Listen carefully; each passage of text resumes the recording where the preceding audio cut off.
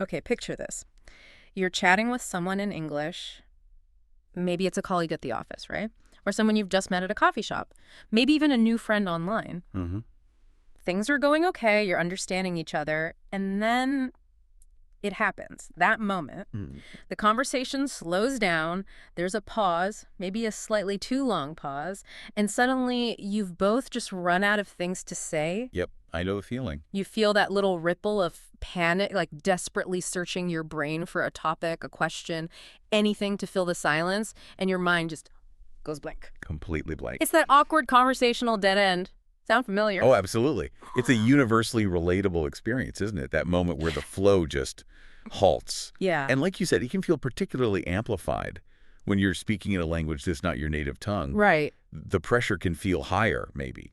And the tools you might instinctively use in your first language, to bridge those gaps or smoothly change direction, they might not be readily available or feel natural in English yet. That feeling of being stuck, just unsure how to keep the momentum going.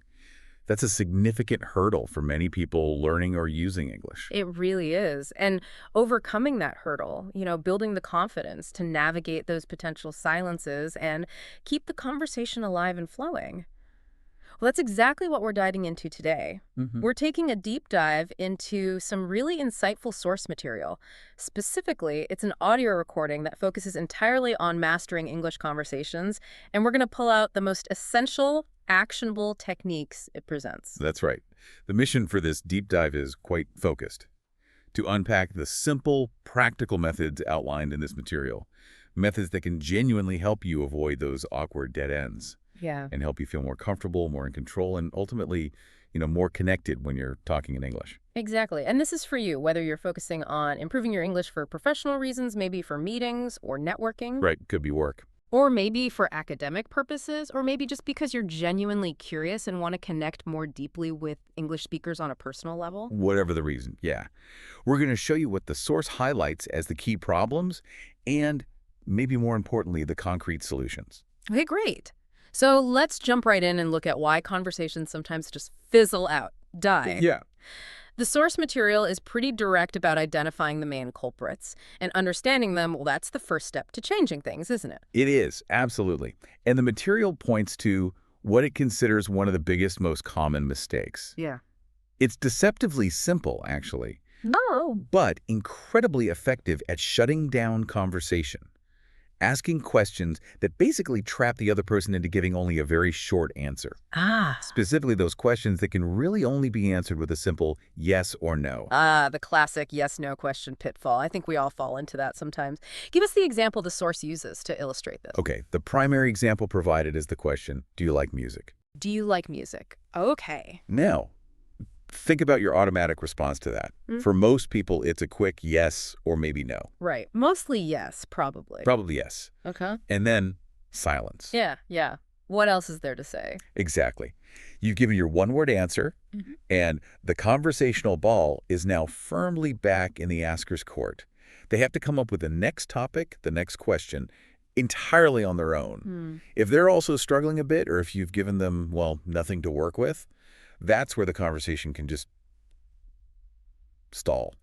Stop. It's a conversational dead end right there, like hitting a brick wall. Totally. It's a question that doesn't open any doors. It just expects a confirmation or denial. So the source makes this really clear by contrasting it, right? It shows a much better way to ask about music. Precisely. Just listen to the difference. Instead of, do you like music? Ask, what kind of music do you like? Ah, okay. What kind? See, you can't really answer that with just yes or no. I mean, you could try, but it would sound odd. Right. It forces a more detailed answer. It prompts you to give information. The source suggests a typical answer might be something like, oh, I love rock music. My favorite band is Coldplay. Okay. Rock music, Coldplay. And look at what happens there. Suddenly there's actual information. Yeah. The source points out how many potential conversational threads just appeared from that one fuller answer. Exactly. Huh. Rock music is a hook. You could talk about other rock bands, maybe the history of rock, festivals. Right. Or ask if they play an instrument. Or my favorite band is another hook. You could talk about favorites and other categories, maybe favorite movies or books. Okay. And Coldplay is a really specific hook. Now you can talk about their songs, concerts, albums, what you like about them, maybe what you don't like about them. So many options just from changing do you to what kind. Exactly. That one question, simply by changing do you like to what kind of, Yeah. instantly provided multiple points of potential expansion. It unlocked the conversation. Yeah. As the source emphasizes, from that answer, I like rock, especially Coldplay, you can effortlessly follow up.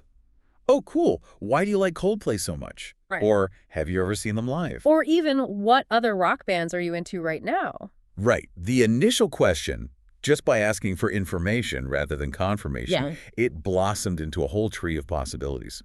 The source really stresses this as a fundamental technique shift. It makes so much sense when you lay it out like that. You're not just probing for a yes or no. You're inviting them to share a piece of their experience or preference, which inherently provides more material to talk about. You got it. Okay, so asking those conversational brick wall questions is problem number one, a big one. What's the other major pitfall the source identifies? Well, it's giving very short answers yourself. The other side of the coin? Exactly. This is the flip side.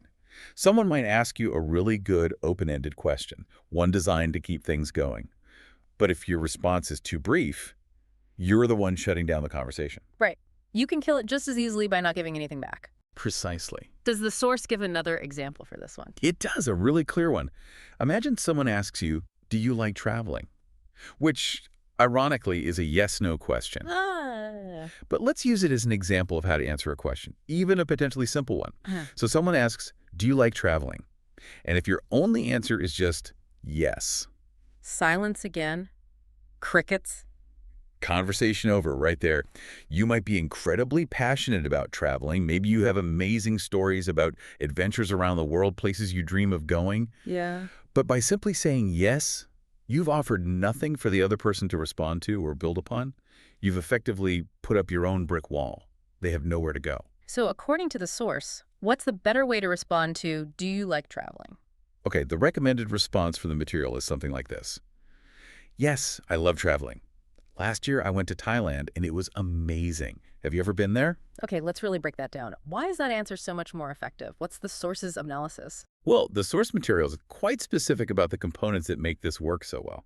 First, yes, you provide the direct answer. Yes, I love traveling. You acknowledge the question. Okay, covers the basics. But then, immediately, you add new information, a specific detail. Last year, I went to Thailand. Right, Thailand. Okay. Something concrete. Exactly. This gives the listener something tangible. It's not just a general statement about liking travel. It's anchored in a real experience. Then, you also add a brief evaluation or feeling about it, and it was amazing. Adds a personal touch. Emotion. Right, makes it more engaging.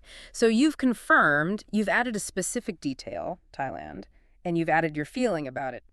Amazing. That's already much, much more than just yes. Definitely. You've offered substance, points of interest they could potentially ask about. Exactly, you've given them hooks. But the source highlights the crucial final step in that example answer.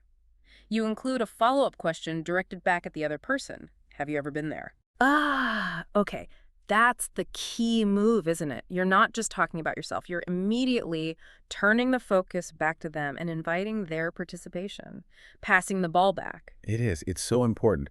The source stresses that by adding that question, you are consciously passing the conversational torch, as you put it. Yeah. You've contributed your piece, shared a bit, and now you're explicitly creating an opening for them to contribute theirs.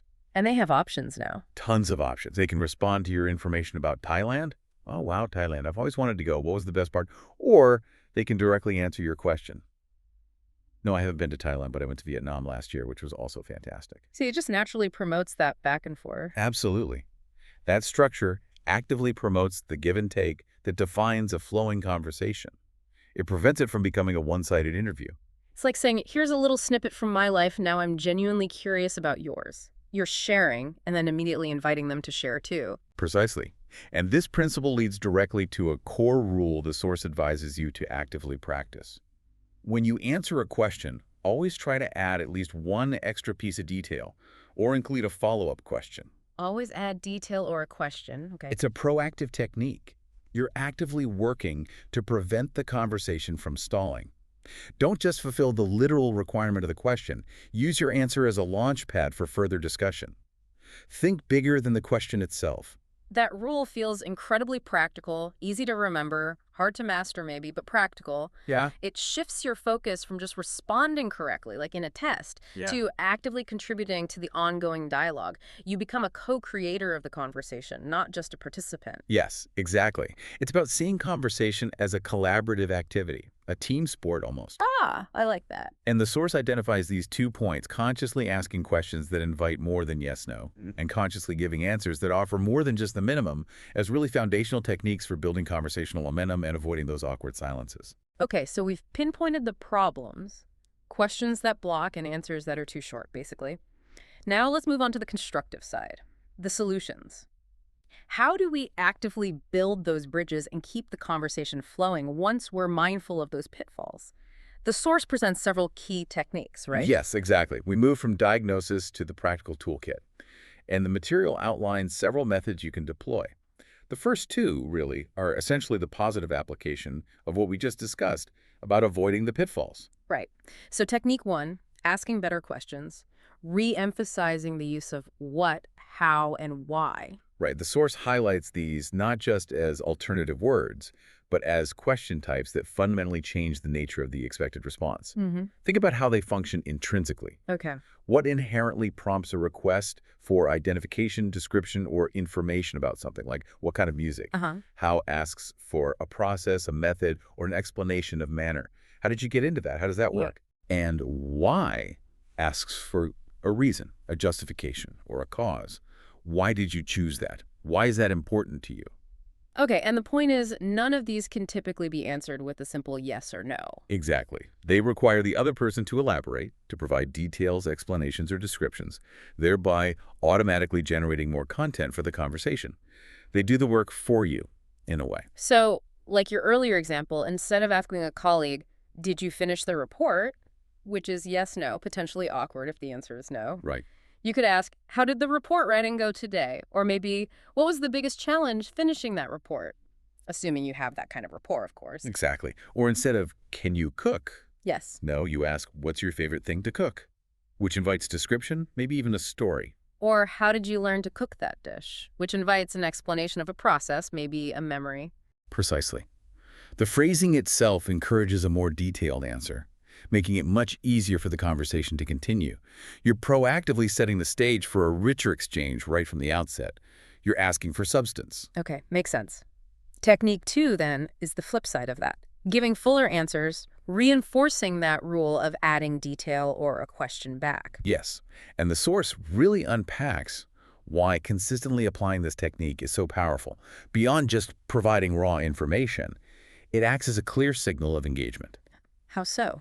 Well, when you offer a detail or turn the question back, you're demonstrating that you're not just passively receiving questions like you're being interrogated. Right. You're showing you're an active participant, that you're interested in sharing and hearing from the other person. It transforms the interaction from feeling like an interview, potentially, into a much more dynamic, balanced exchange. Okay. And crucially, you're providing those new hooks, the extra details, the follow-up question, that make it easy, almost effortless, for the other person to respond and keep the momentum going. You're helping them out. It's like tossing them a new rope to keep climbing the conversational wall with you, instead of just standing there after they've handed you the last one and expecting them to find another. That's a great way to visualize it. Yeah. Yeah. You're making the collaborative effort of conversation easier and more enjoyable for both participants. You're playing your part. Okay, so we have the core content techniques, asking open questions and giving rich answers. Very important. What's the third technique from the source? This one's a bit different, right? It is. This next one is about the subtle art of sounding natural while also giving yourself a little space to think, using filler phrases. Ah, filler phrases. Now, this is interesting because sometimes people learning English are specifically told to avoid things like, and, right. They see them as signs of poor English or hesitation. Does the source talk about those specific sounds? Well, the source acknowledges that those particular sounds and can sometimes sound hesitant if used excessively, definitely. But the filler phrases it highlights are actually different. They're presented not as errors, but as essential tools in the repertoire of natural, fluent speech. Okay, so not mistakes, but tools. Exactly. They are not just sounds you make when you literally don't know what to say. Yeah. They are linguistic devices that native speakers use constantly. Yeah. They signal intent, they buy you a moment to formulate your thoughts, and they make your speech sound smoother and less abrupt. Think of them as conversational lubricants, maybe. Conversational lubricants. I like that. What are some specific examples of these useful filler phrases the source lists? Okay, there are several key ones it points out. For instance, instead of a very blunt yes, you can use yeah or definitely. Right. Yeah. Feels more casual. Exactly. More casual, relaxed, definitely adds a nuance of strong agreement or certainty. They both sound much more natural in many contexts than a clipped, formal yes. Okay. So you get the affirmation across, but delivered with a bit more character and natural flow. Makes sense. What about for no? Similarly, instead of just a simple no, especially if you want to soften it a bit or keep the door open conversationally, the source suggests phrases like, not really, but I'd love to try it someday. Ah, that's useful. Not really, but Yeah. It avoids the potential abruptness or finality of a direct no.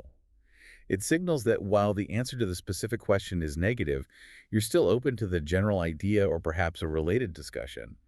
It shows willingness, keeps things positive. that's clever. It provides information not yet done that, but also future possibility. Love to try it.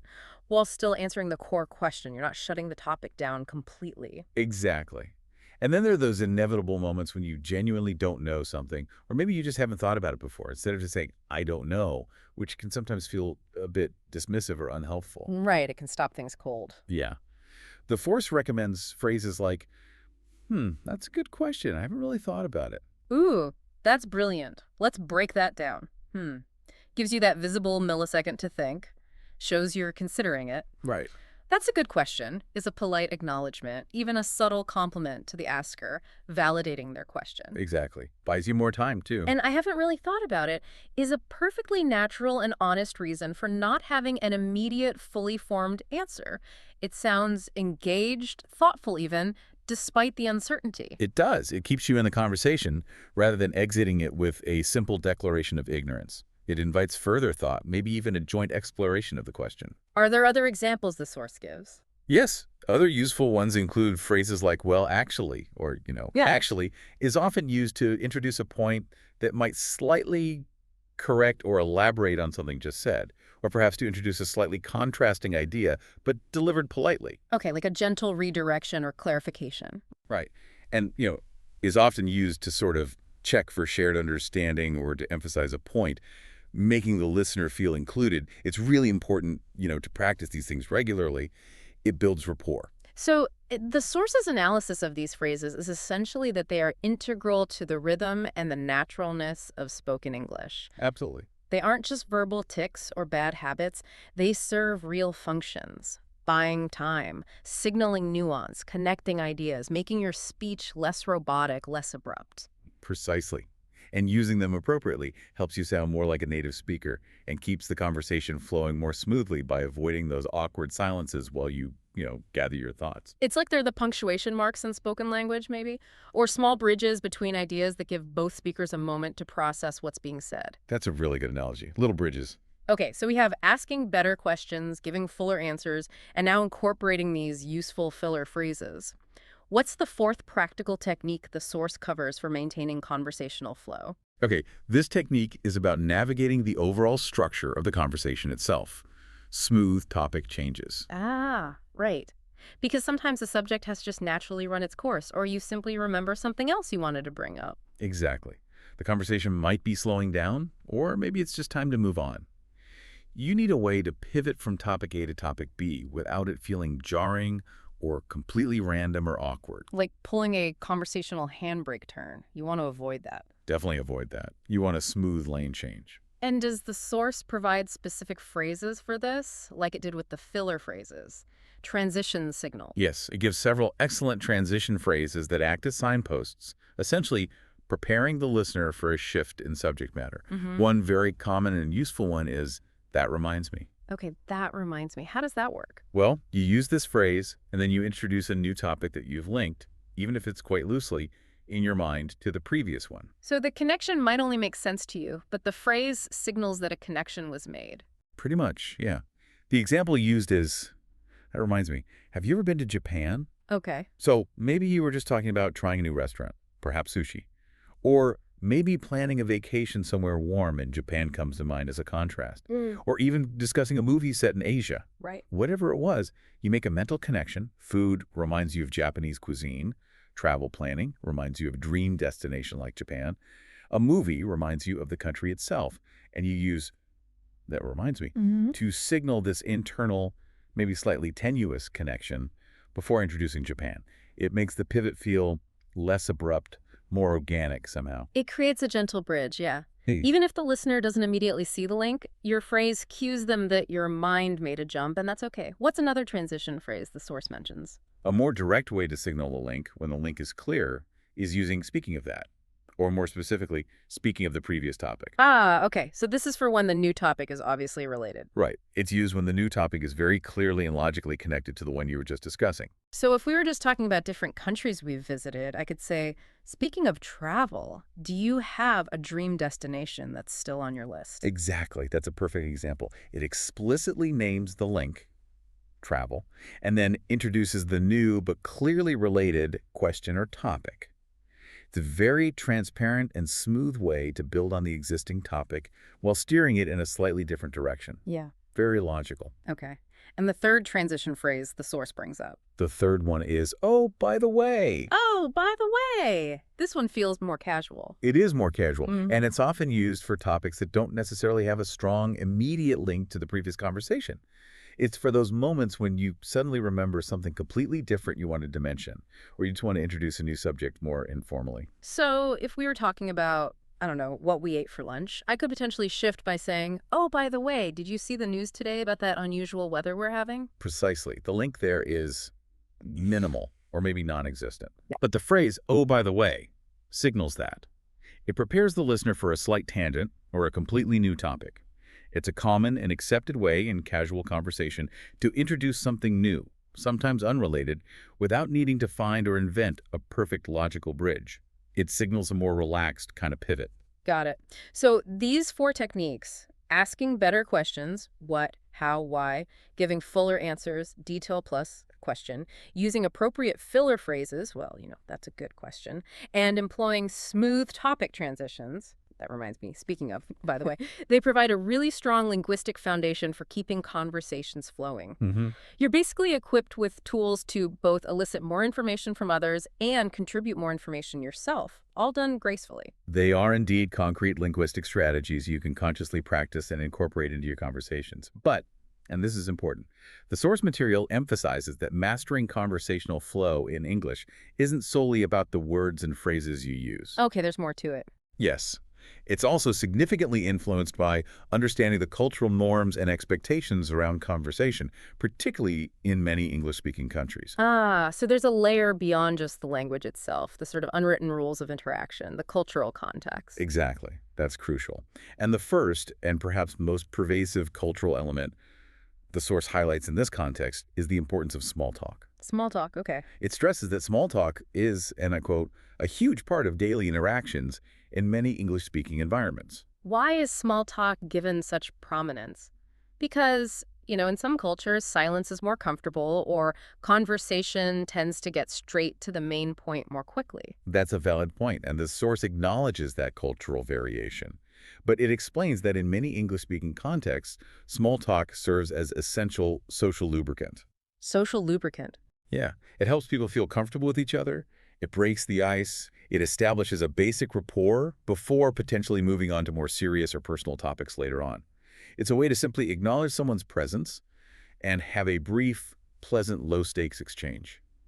So it actively prevents that awkward silence in everyday situations. Exactly. Think about low-stakes situations like meeting someone in the hallway at work, waiting in line at the store, getting into an elevator, or just starting a casual meeting. Small talk fills those potential voids. Right. It's really woven into the fabric of daily interactions in many places, the office, cafes, elevators, shops, waiting rooms, you name it. It's expected, often. So what are the typical safe topics for small talk in these cultures, based on the source's examples? What should people aim for? The key word there is safe, neutral, low-risk topics that most people can easily engage with briefly without much thought or controversy. Common examples given are the weather. Ah, the classic. The absolute classic. It's been so hot lately, hasn't it? Or looks like it might rain later. easy, universal. Okay. What else? Current popular TV shows or movies. Mm. You watch that new show everyone's talking about, or seen any good movies lately? Again, fairly light. Mm-hmm. Weekend plans are another big one. Got anything fun planned for the weekend?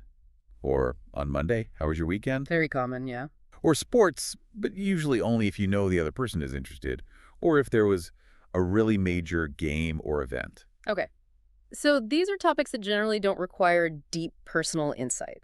They can be answered with just a sentence or two, or maybe expanded upon slightly if the other person seems interested, but they don't have to be. Right. They are designed specifically to be low-pressure ways to connect for a moment. Mm.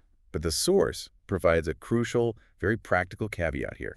A warning, almost. No, what's the warning? There are topics you should generally avoid in small talk if your goal is to keep things light, friendly, and flowing easily. Okay, the danger zones. What are they? The big three the source lists are money, religion, and politics. Money, religion, politics. Got it. The classic controversial topics. Exactly. The source explicitly states these are generally off limits for casual small talk, especially with people you don't know well. And the reason why? It's simple, really. They can be too personal, too sensitive, or just too controversial and likely to lead to disagreement. Right. Bringing them up in a casual, brief setting with someone you don't know well risks sparking an argument, making someone feel uncomfortable, or revealing fundamentally differing beliefs that can instantly kill the comfortable, easy flow you're trying to build with small talk. So small talk is about finding common ground and maintaining ease, not navigating potential conflict zones. Precisely. It's about social maintenance, keeping things pleasant, not deep debate or conversion. Save the heavy stuff for other contexts or people you know better. That's a really critical cultural insight for navigating these interactions smoothly. Okay, so small talk is one key cultural element for conversational flow. What's the second one the source mentions that helps keep conversations alive and engaging? Storytelling. Storytelling, like telling long, elaborate tales. Not necessarily long ones. The source highlights that in many Western cultures, there's a strong appreciation for sharing personal experiences, even brief ones. Being able to tell a short, interesting, or relatable story is a very effective way to engage your listener and keep the conversation dynamic and personal. This feels like a natural extension of that giving fuller answers technique we talked about, but maybe framed more actively as a communication style choice. It is, absolutely. It builds directly on the idea of adding detail, but elevates it into a mini narrative. It's about structuring your contribution slightly differently. Okay. And the source actually revisits the "how was your weekend" example to illustrate this storytelling technique effectively. Instead of just a minimal answer like good, or even just adding one detail, Right. the suggested conversational story response is something like this. "Oh, it was great. I went hiking with some friends and we found this amazing hidden waterfall. It was pretty fun." Okay, nice start. Then maybe add another beat. "On Sunday, I tried making homemade pizza, but I totally burned it." Huh. Relatable. And then, crucially, the follow-up question. Have you ever had a cooking disaster? Okay, that's a fantastic example of how to turn a simple question like, how was your weekend, into a much more engaging response. Let's unpack why that works so well in conversation, according to the source's principles. Definitely. The source points out several key elements at play here that make it effective. First, it's personal and specific. You're sharing your actual experience. "I went hiking. I tried making pizza." Right, not generic. And specific details are included. Hiking with friends, amazing hidden waterfall, homemade pizza, totally burned it. These details make the story vivid, easier for the listener to visualize, and more relatable. It also has a nice, simple, relatable structure. There's a positive part, the hiking, the waterfall discovery, followed by a slightly negative but often humorous or relatable part, burning the pizza. Yes, adding that small, non-serious failure or mishap, like burning the pizza, adds vulnerability and humor. It makes you seem more human, more relatable, more approachable. People connect with imperfections much more than constant success stories. That's true. And crucially, just like the fuller answer example with Thailand, it ends with a question. Have you ever had a cooking disaster? Yes, that invitation back. It invites the listener to share their own similar experience, creating a potentially shared moment of commiseration or laughter, and it strongly promotes that reciprocity we talked about. So the story provides content, it shows personality, it includes engaging details, and it ends with a clear hook for the other person to jump in easily. Exactly. The source emphasizes that these elements, the details, the personal touch, the vulnerability, and especially the concluding question, make it incredibly easy for the listener to react. They might say, a hidden waterfall. Wow, that sounds incredible. Where was it? Or, oh no, a burned pizza. Tell me about it. I'm terrible in the kitchen too. Or share their own cooking disaster story. It facilitates that natural back and forth beautifully. It really does. It shifts the conversation from just exchanging dry information to sharing experiences and emotions, which, as the source notes, makes it much more engaging and fun for everyone involved. Okay, so we have understanding small talk and using conversational storytelling as two cultural cornerstones. What's the third key cultural element the source identifies for keeping conversations flowing effectively in English-speaking contexts? This one is about how you listen. Active listening. Active listening, okay. The source places significant emphasis on the fact that in many English-speaking cultures, it's generally not enough to simply listen quietly, even if you're paying close attention internally. It's important to show the speaker that you are engaged, that you're following along, and that you're processing what they're saying. Right. And this is where cultural differences can be really apparent because, as you mentioned earlier, in some cultures, quiet, uninterrupted listening is considered the ultimate sign of respect and attentiveness. Showing too much reaction might even be seen as rude. It is, and the source definitely acknowledges this potential difference in norms. But it highlights that in many English-speaking contexts, a complete lack of verbal or nonverbal feedback from the listener can sometimes be misinterpreted. Misinterpreted how? Well, it might be read as a lack of understanding, or worse, disinterest, maybe impatience, or even disagreement with what's being said. So it's generally safer and more connecting to provide some signals that show you're present and engaged in the interaction. Okay, so what are some of these signals according to the source? How do people actively show they're listening? The source lists several common small verbal responses first.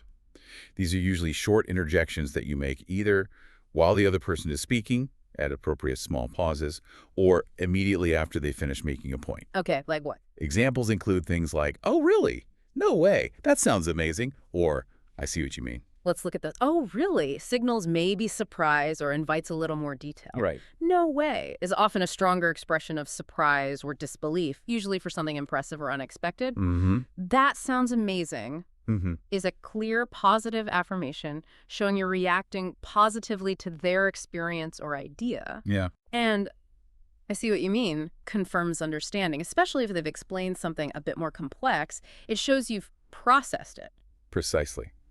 These are brief, generally non-interruptive phrases. You don't want to derail their train of thought, but they provide crucial real-time feedback. Okay. They show you're not just hearing the words passively, but you're actively processing them and reacting emotionally or intellectually.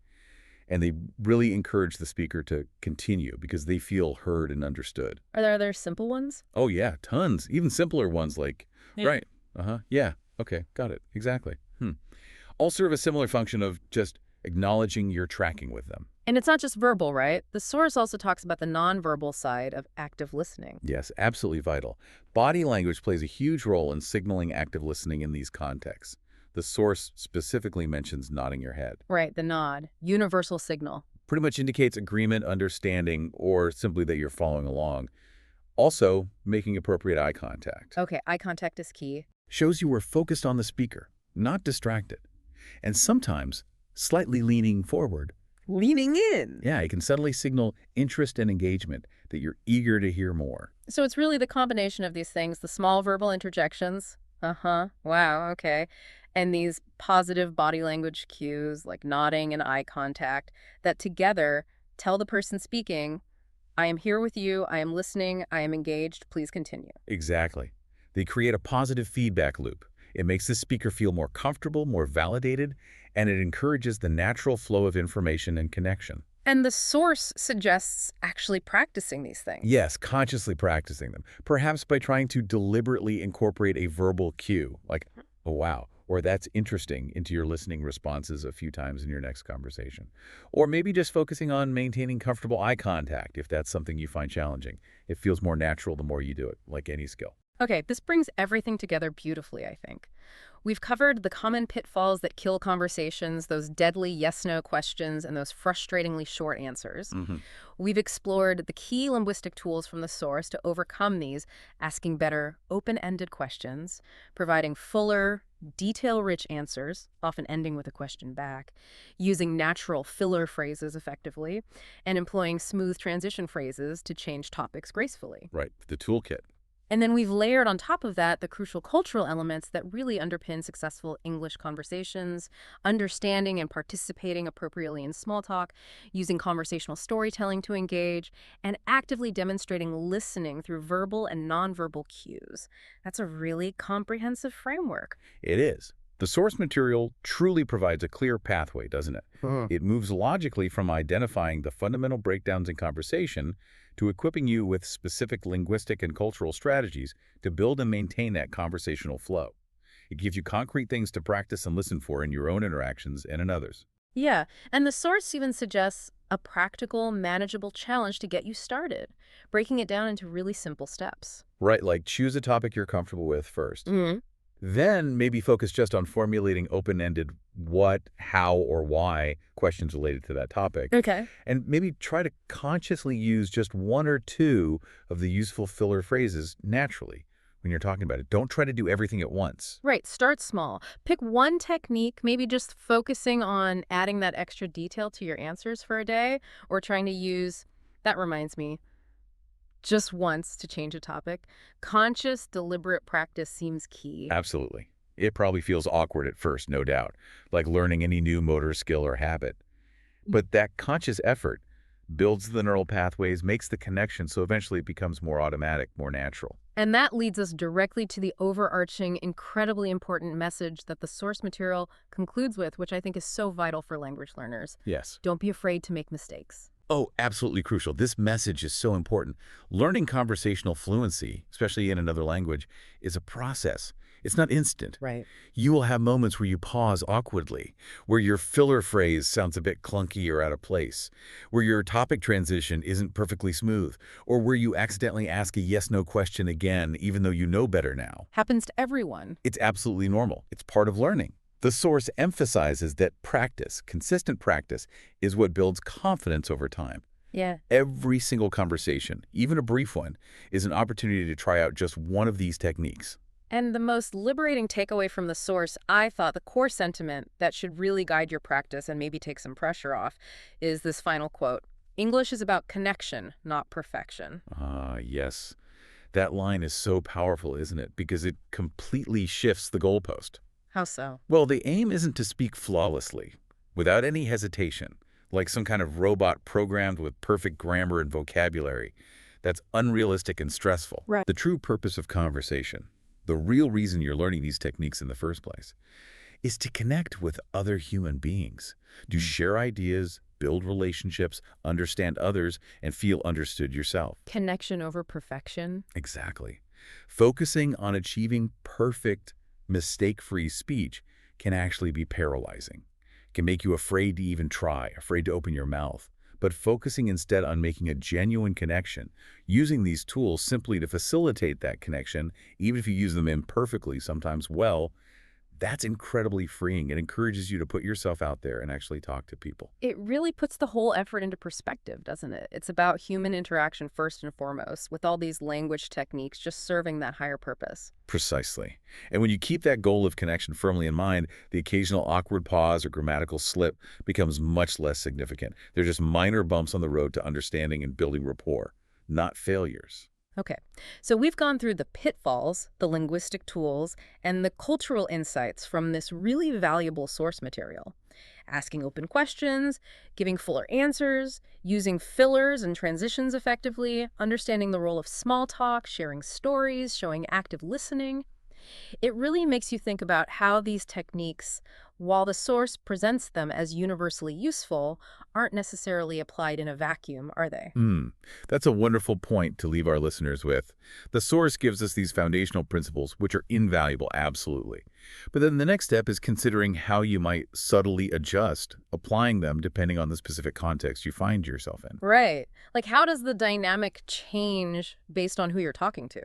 Is the kind of small talk you'd use with your boss the same as the small talk you'd use with a close friend or complete stranger at a bus stop? Probably not identical. Probably not, no. Or think about active listening cues. Are the ones you use in a formal job interview? Maybe more nodding, fewer interruptions, different from those you'd use in a very casual, enthusiastic chat at a party with friends. Yeah, almost certainly. And how does the setting itself influence things? Does the way you smoothly change a topic differ if you're in a loud, busy environment trying to grab someone's attention versus a quiet, focused, one-on-one conversation? Good question. Does background noise change how explicit you need to be? Of course, the relationship you have with the person, are they a stranger, a colleague you see every day, a close friend, a family member? How does that existing relationship shape which of these techniques you might lean on more heavily, or how exactly you apply them? Thinking about those nuances of context, the person, the setting, the relationship, the goal of the conversation, adds that whole other layer to truly mastering conversational flow. It's not just having the tools in the toolbox, but developing the intuition for how and when to best use each one in different kinds of human interactions. Absolutely. Definitely something for all of us and for you, the listener, to keep in mind as you go out there and put these excellent principles into practice. Indeed, every conversation is a new opportunity to learn and refine. Well, this has been a truly insightful deep dive into the art and maybe the science of keeping conversations alive and flowing, drawing on the excellent points from our source material. Thank you so much for taking us through it all. Oh, it's been a real pleasure to unpack these practical and I think quite empowering insights. They genuinely can make a big difference in how comfortable and connected you feel when speaking English. So, to everyone listening, give these techniques a try. Pick just one or two from the toolkit we discussed today.